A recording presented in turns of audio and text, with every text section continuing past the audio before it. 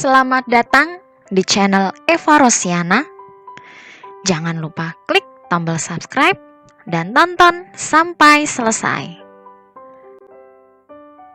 Assalamualaikum warahmatullahi wabarakatuh. Selamat pagi semua anak-anak kelas 5. Bagaimana kabarnya hari ini?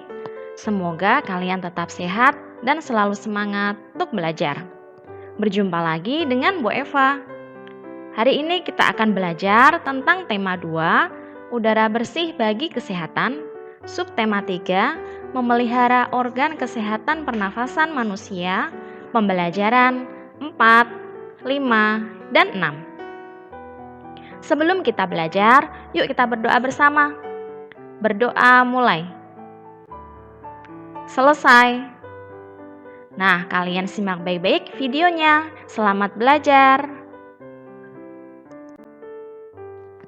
Yang akan kita pelajari pada materi 4, 5, dan 6. Yang pertama, cara menghargai kegiatan usaha ekonomi orang lain. Kedua, tanggung jawab sebagai pelaku usaha. Yang ketiga, membuat gambar cerita. Keempat, teknik pewarnaan.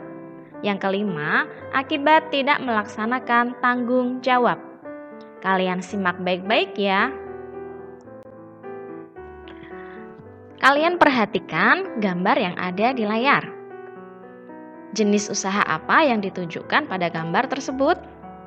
Ya, itu adalah usaha penjualan bibit tanaman. Meskipun terlihat sederhana, bayangkan jasa penjual tanaman tersebut. Dia menyediakan bibit-bibit aneka tanaman yang akan tumbuh menghijaukan dan memperindah lingkungan. Daun-daun hijau tanaman-tanaman itu akan menyediakan banyak oksigen buat kita. Dengan oksigen yang selalu tersedia, maka kesehatan kita akan terjaga. Nah, sekarang kalian tahu betapa besar jasa penjual bibit tanaman tersebut kan? Menjadi seorang penjual bibit tanaman merupakan salah satu kegiatan ekonomi. Nah, coba kalian ingat kembali. Apa itu kegiatan ekonomi? Ya, kegiatan ekonomi adalah kegiatan yang dilakukan manusia untuk memperoleh barang dan jasa dalam rangka memenuhi kebutuhan hidup sehari-hari. Setiap orang pasti akan melakukan kegiatan ekonomi untuk memenuhi kebutuhan hidupnya. Ada yang menjadi petani, pedagang, nelayan, pegawai swasta, pegawai negeri, pengusaha, dan lainnya. Nah, meskipun berbeda, setiap kegiatan usaha ekonomi harus kita hargai. Setiap kegiatan usaha ekonomi yang berbeda tentunya harus kita hargai. Nah, bagaimana cara menghargai kegiatan usaha ekonomi orang lain? Nah, yang pertama yaitu menumbuhkan persaingan usaha yang sehat dalam kegiatan perekonomian. Kedua, menghormati usaha ekonomi orang lain dengan tidak iri atas keberhasilannya. Yang ketiga, menjunjung tinggi setiap jenis pekerjaan yang dilakukan orang lain. Yang keempat, meneladani keberhasilan orang lain dengan meniru sikap positif orang tersebut. Dalam menjalankan kegiatan usaha ekonomi, tentunya setiap orang atau pelaku usaha harus melakukan dengan penuh tanggung jawab. Penerapan tanggung jawab sangat penting bagi terciptanya keharmonisan dalam kehidupan warga masyarakat. Nah, bagaimana jika tidak ada penerapan tanggung jawab pada pelaku usaha? Yang pertama, yaitu ketidakharmonisan dalam hubungan masyarakat. Yang kedua, tidak adanya kerukunan antar masyarakat. Yang ketiga, hidup menjadi tidak tenang. Yang keempat, tidak akan tercipta ketertiban dan keamanan dalam masyarakat.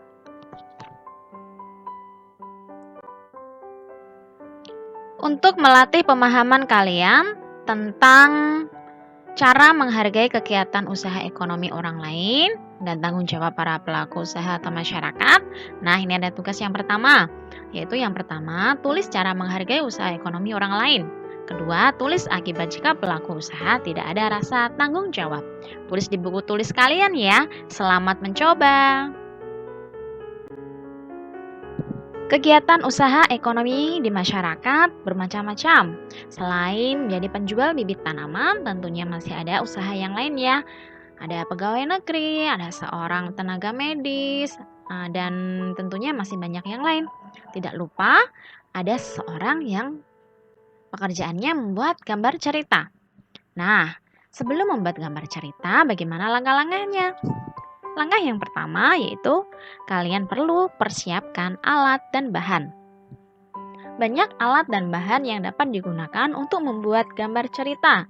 Misalnya, kalian perlu mempersiapkan buku gambar, kertas, pensil, penggaris, penghapus, pensil warna, krayon, dan lainnya.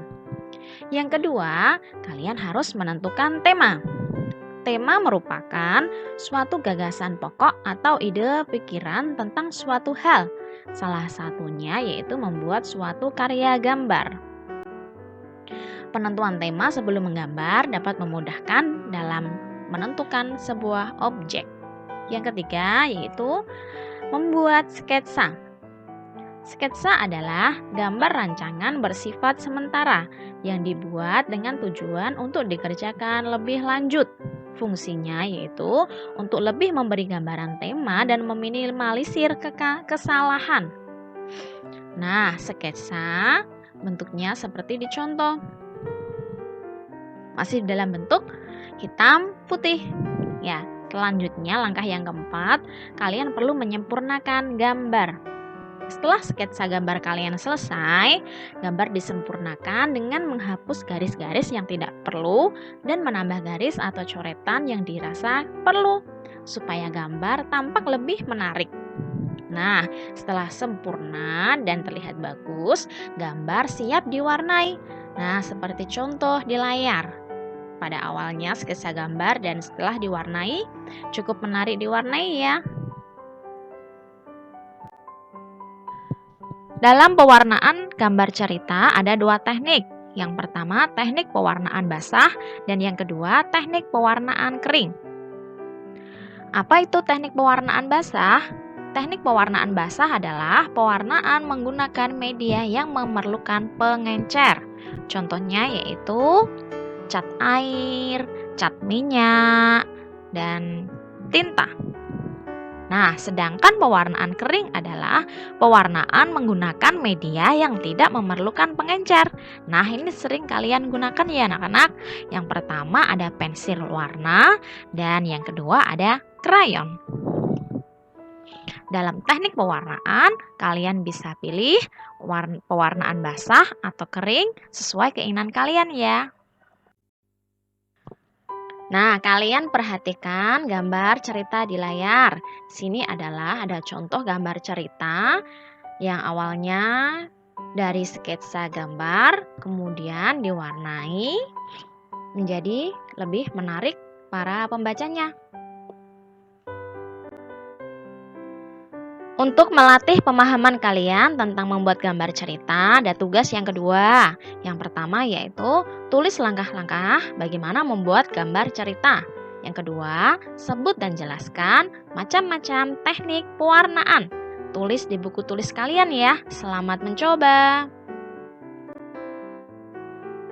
Ketika kalian sudah menyelesaikan tugas, tentunya kalian sudah bertanggung jawab terhadap tugas yang diberikan. Nah, sekarang apa akibatnya jika kalian tidak melaksanakan tanggung jawab? Yang pertama yaitu kalian akan dikucilkan dari pergaulan. Yang kedua, tidak akan dihormati oleh orang lain. Yang ketiga, tidak dipercaya orang lain lagi. Yang keempat, dapat menimbulkan masalah yang lebih besar.